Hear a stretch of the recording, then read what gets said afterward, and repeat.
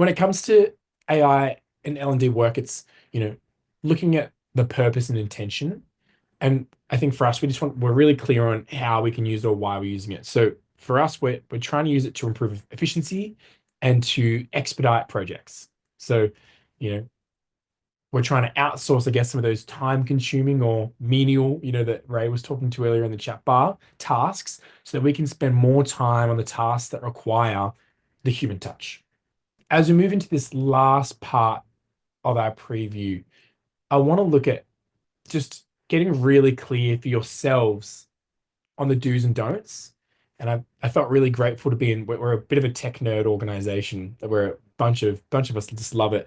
And I found these clear guidelines really, really helpful. So, just some of our kind of do's or, ways that we use AI, things that we're allowed to, when I'm stepping into a coaching conversation, I can use that to get coaching prompts. We use it a lot for building out scenarios, especially custom scenarios. On the flip side, we've got really clear don'ts, and this will make more sense in the second part, but you're probably already across it.